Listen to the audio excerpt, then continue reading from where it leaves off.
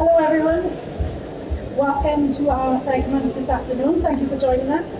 Our segment is called The Can, The Hero, and we've brought along a special guest this afternoon, Theo Michaels. And Theo is a chef, a presenter and award-winning author. He was a previous MasterChef contestant in 2014, and he's now resident chef on Channel 4's Steph's Packed Lunch. A friend to our industry, Theo has been involved in Canned Food UK, which is a national consumer campaign over the last few years. Theo has published 7 cookbooks, 2 of which have won awards in 2020. One in particular is called Canned. His latest book, Theo's Family Kitchen, is set to be released next month. My name's Eleanor, and I run the packaging recycling education programme within Tata Steel. And this is Nicola, and she deals with our packaging legislation within Tata Steel UK. Thank you, Eleanor. You're probably wondering why Tata Steel is here today doing a cooking demonstration. Well, this exhibition used to be called Recycling and Waste Management, but this year the organisers changed it to Resource and Waste Management. And what better resource than steel? So at Tata Steel, we make the steel in Talbot Steelworks. We have a capacity of 5 million liquid tonnes of steel. And that's where we recycle the steel as well, including all of the food cans that you will see here after the demonstration. The steel from Talbot will then go to Trostra, where we reduce it to the thickness of a can, and we'll coat it in tin in order for it to stop rusting. Then we will send it to our customers, where they will make it into a can or other packaging items, and they will fill it with the foods, ready for you as a consumer to use at home. So, thank you, Theo, for joining us today. We'd like this to be an interactive session, so if there's any questions all the way through, we have a roaming mic, and please put your hands up and we'll be glad to take them. Thank you. Well, welcome everyone. Thank you for the introduction as well. It's great. Good day so far? Brilliant. I did notice a sigh of relief when Nicola said about it's being interactive and everyone was like, I'm not getting my hands dirty.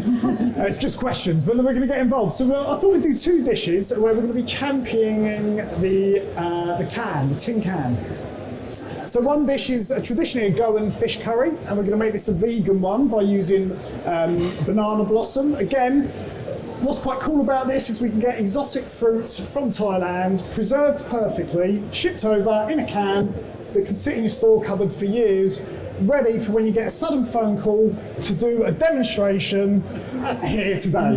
So this is awesome. So we're going to start for that, and then we're going to follow this with a really lovely summary dish, again using canned apricots. So it's a salad, it's a warm salad, but we're going to be using a canned ingredient with the apricot, griddled as well, just to give a bit of variety in terms of what you can do with the ingredients and canned food as a whole. Any questions so far?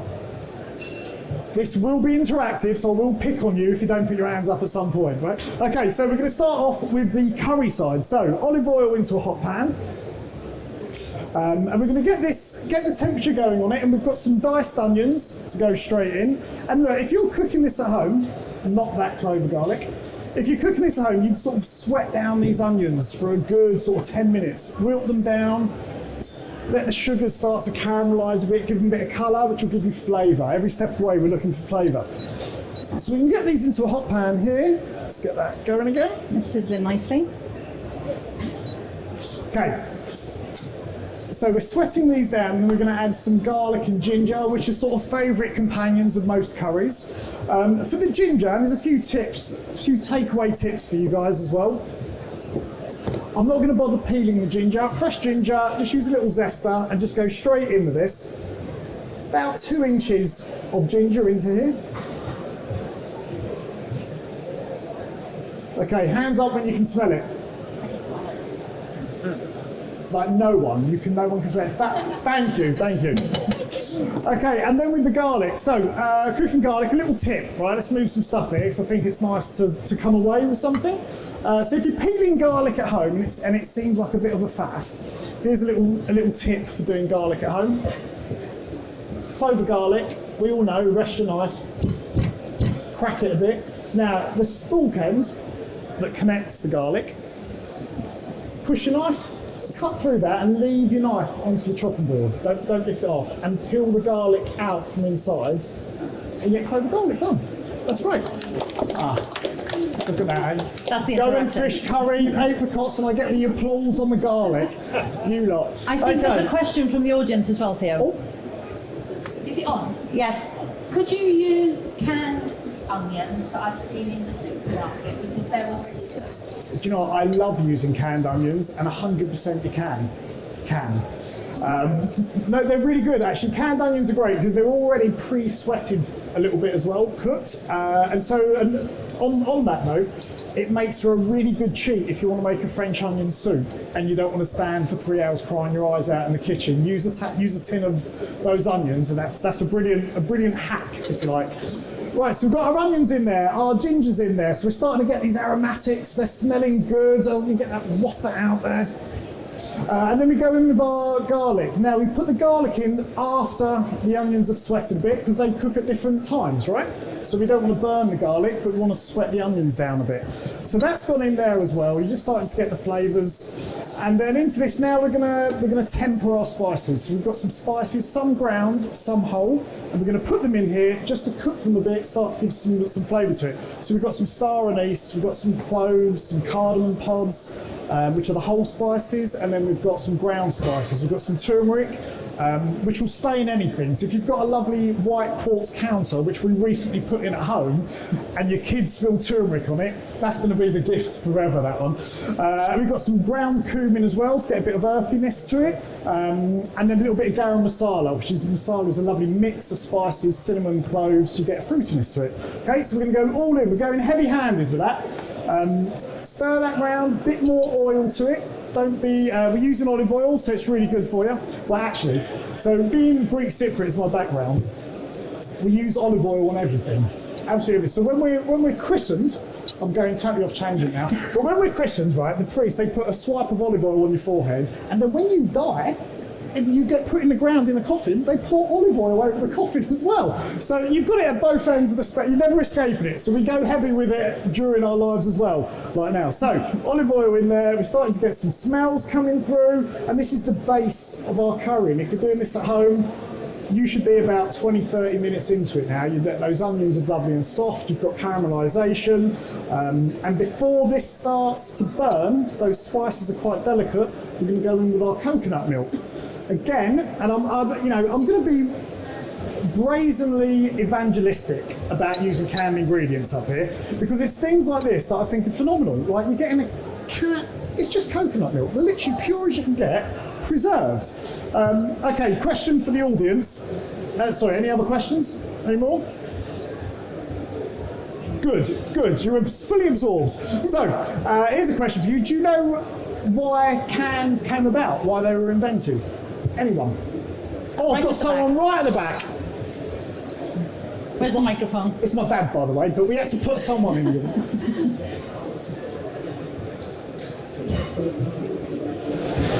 They were invented in France for the Napoleonic Wars. Because Napoleon needed to beat his army, and he needed a way of preserving food to get to the front.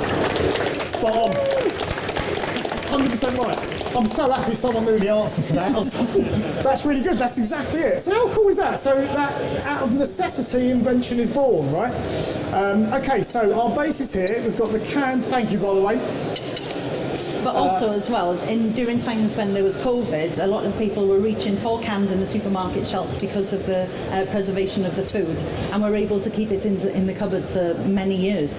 This is it. This is exactly it. And it's such a great, and this is what I love about this recipe. This is a store cupboard item recipe. We've got a few fresh ingredients, right? But 90% of this is all store cupboards, which means it's great, last minute, it's cheap, it's cost effective, no food waste.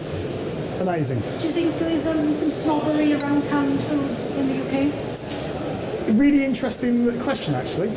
So when I was researching for the book Cans, I started to chat to people. What do you think of canned food? And in the UK, I think we've still got this sort of reminiscent of the war psyche of rations. So you say to people in the UK, 9 times out of 10, not everyone, what do you think of canned food? And they go, oh, spam. Not interested. But actually around Europe, it's revered, like beautiful anchovies, like preserved, perfectly done, and tomatoes, right? So we've got these lovely cherry tomatoes, whole cherry tomatoes in a can. They're picked fresh, they're canned, and they're preserved. And this all comes from, as the gentleman said, the Napoleonic War, but it's all about the frugality. It's about saving and preserving, and I think that's amazing. So there was a negative connotation. But there's 75 excellent recipes in that book that say otherwise, and we're doing a couple today. We've got another question from the audience. Actually, so I've got two questions. Okay. The first one is, don't you think some people kind of feel like the canned food is not as good as its other counterparts, it's like fresh or non-canned? Okay. Right, so I think that's a really interesting point. And actually, I think it's because we think about canned food wrongly. I think let's stop thinking about this as the poor cousin to the fresh stuff. Let's celebrate what we've actually got. Have you ever tried to soak chickpeas at home and get them this is a long-winded process, and my life is too short for that, right? So this is a great shortcut. But things like the anchovies, things like the lentils, things like the tomatoes, let's not look at them as fresh, let's look at them as what they are. Really great preserved fruits, in that case, that we use. So I think that's what you want to get away from. It's not a substitution, it's a celebration. Thank you.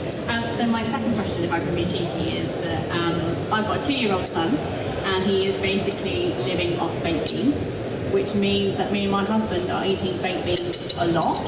And essentially, I'm looking for some inspiration as to how I might zhuzh up the amount of baked beans that they're eating. Got any ideas for like Zhuzhing up baked beans. zhuzhing up baked beans? Smoked paprika, cumin, and a little bit of barbecue sauce. Right, and go Tex-Mex on it. Sounds lovely. Go Tex-Mex on it. That's what we do at home. Fantastic. Right, I'm going to jump in really briefly in case you want to make this right. So the thing about a Goan curry, sort of from where it is, it's typically known as this sort of creamy richness, but with a strong sense of vinegar that runs through it, right? And it gives you that sharpness. So we've added a bit of cider vinegar to this that you might have got a waft of.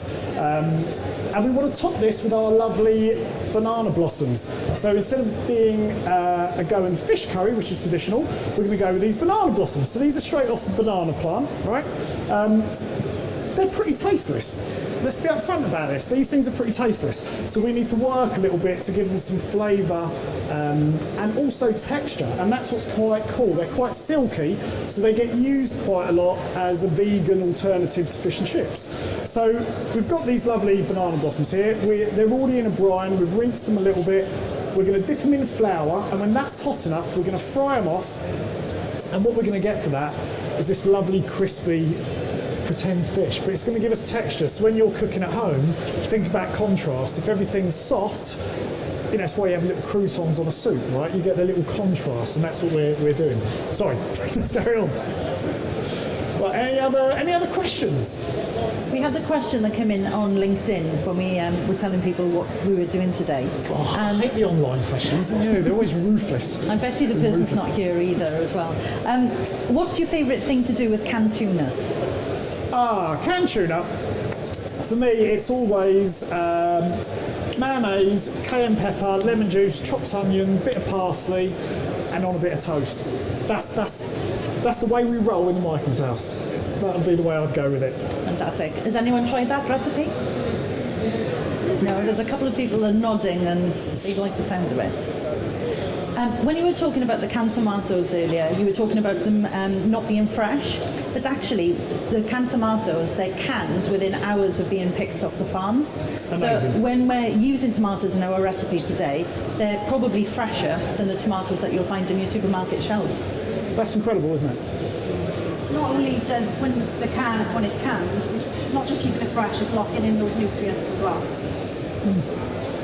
So, and I think that's vital, isn't it? Because we're always looking nowadays to eat healthy, but it not be a chore, and being able to know that you're getting canned ingredients like that, and that's still one of your 5 a day. That's that's just an easy win, isn't it? It's an easy win for at home to be able to do that. Right, our vegetable oil is hot, right? And we've got this beautiful banana blossom. We've coated it in a bit of flour, so when it goes into the vegetable oil, it's going to crisp up. So there's a connotation of deep frying being unhealthy. If you have the oil hot enough, when your ingredient hits it, it instantly sears the outside, right? And so what happens is you get this crispy coating on the outside and it steams the inside. That's why fish and chips are so cool, because the fish is basically steamed, not fried. So as long as your oil is hot enough, you're going to get an incredible dish from it. Right, so we've floured our banana blossom, which is going to give us the crunch. Without the flour, we get no crunch, and we're going to go straight into our hot oil. Whilst you're doing that, there's another question from the audience. Yep. Oh, the mic's not on.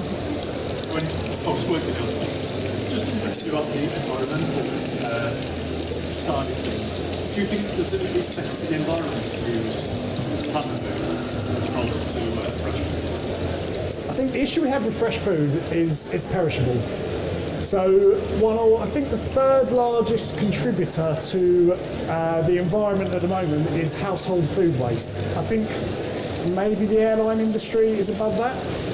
So that endeavour of reducing household food waste is beyond comprehension. You've got the aerospace industry, and then below that I think there's one main country, and then it's household food waste. And it blows my mind to think that the stuff we leave, the stuff we put in our waste at home, is the third largest contributor to emissions and the global environment. So the short answer is, actually, I think it's brilliant, because if I buy this coconut milk and I decide I'm not making a curry that night, I've got that for 2 years, and I'm not contributing to that household food waste. So that would be my view on it. Thank you for your question. Also, the container afterwards, all of us in the UK now have access to curbside recycling. So Yes. the cans can just be rinsed and put in your recycling bags at home. Okay, our banana blossom. You're not cooking this, you're just giving it texture, you're giving it contrast, get that crunchiness to it. So we've got that done, so we're going to plate this up. Let's plate this up. So we've got our lovely curry here, all right, which we're going to put straight onto the plate.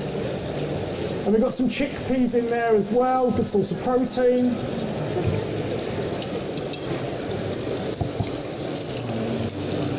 Got our banana blossom, which is going nice and crunchy. It's giving us a bit of texture to it. Turn that off. Right, we're going to rest that on top. All right, we'll put that in there. Right, and then we want to finish this with freshen it up, basically, the fresh bit at the end. So lime. Perfect counterpart for this. Little squeeze of lime at the end. Seasoning, pinch of salt. Everything needs salt. Little bit of lime to rest there to look pretty. And we have a bit of parsley. You can use coriander as well, or mint.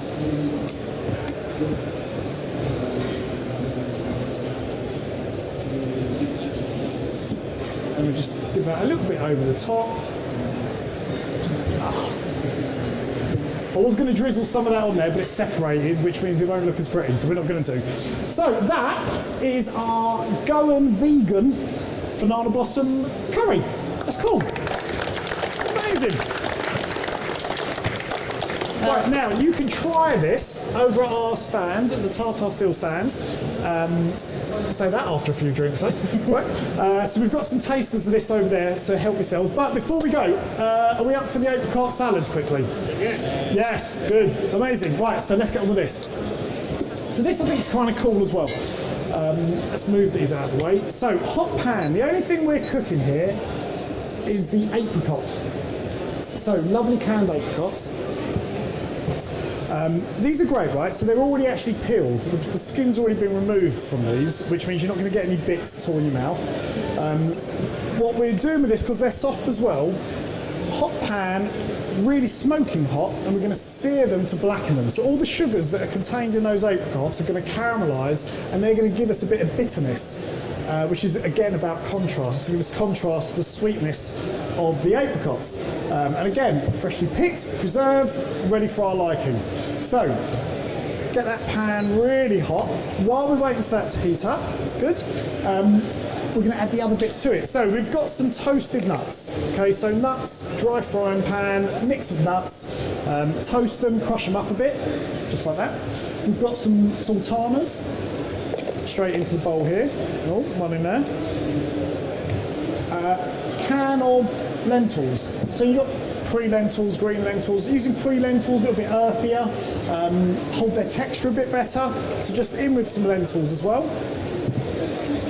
I know you're thinking it's smoking, but we need it really, really hot. Right, so let's keep that going a bit longer.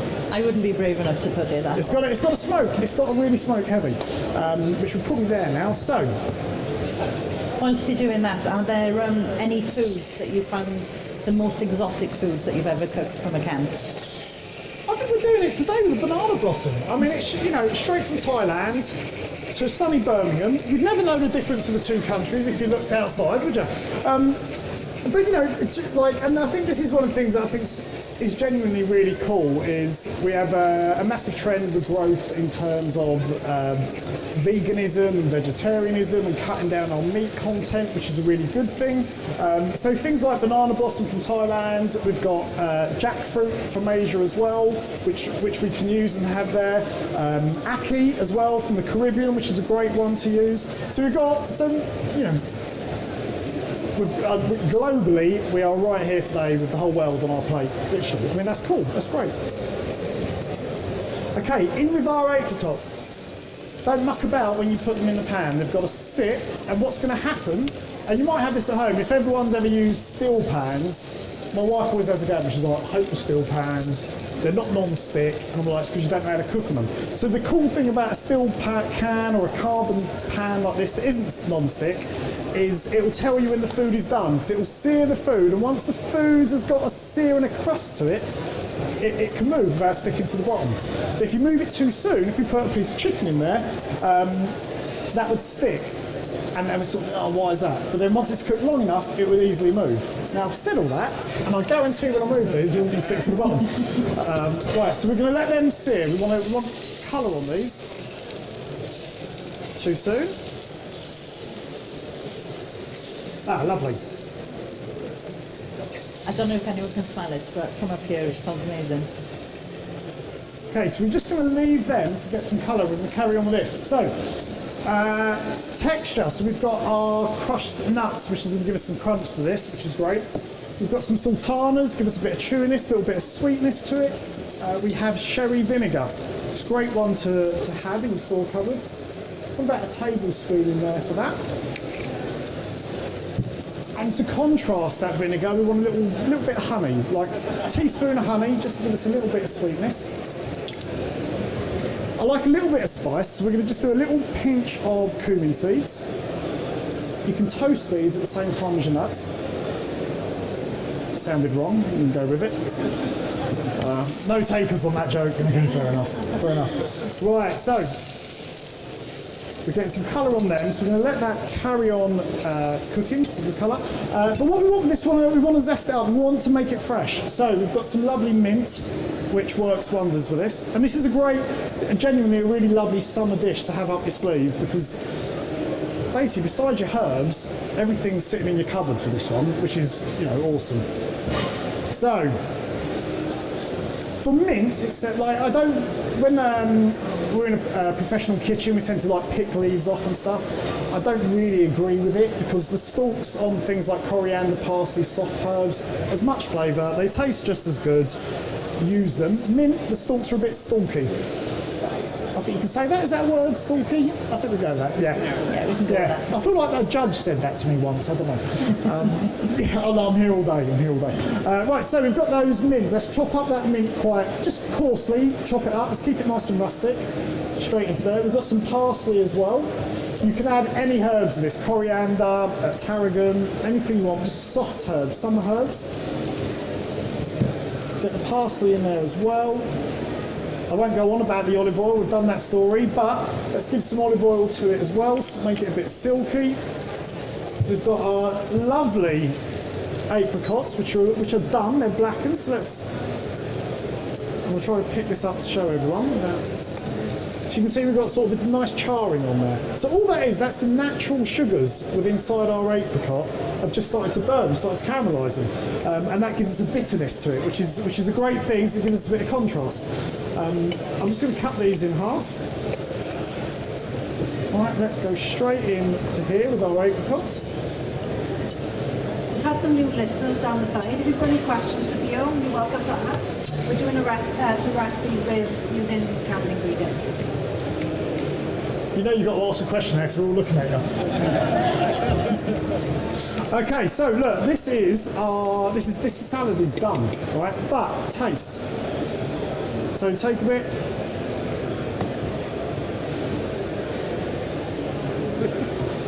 I don't want to be arrogant, but that's pretty good actually. So I'm not going to add anything else to it.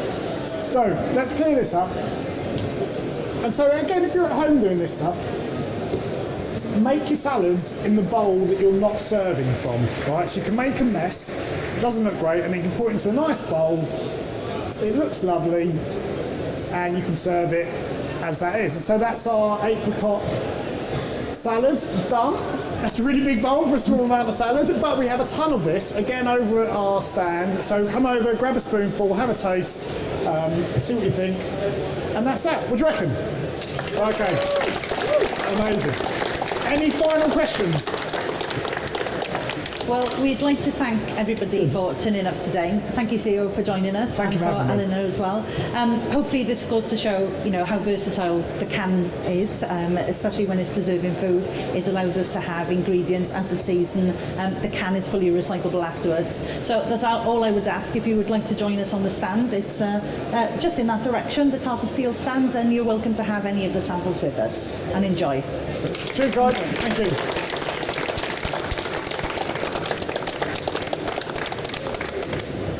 Oh, we've made a right mess of this.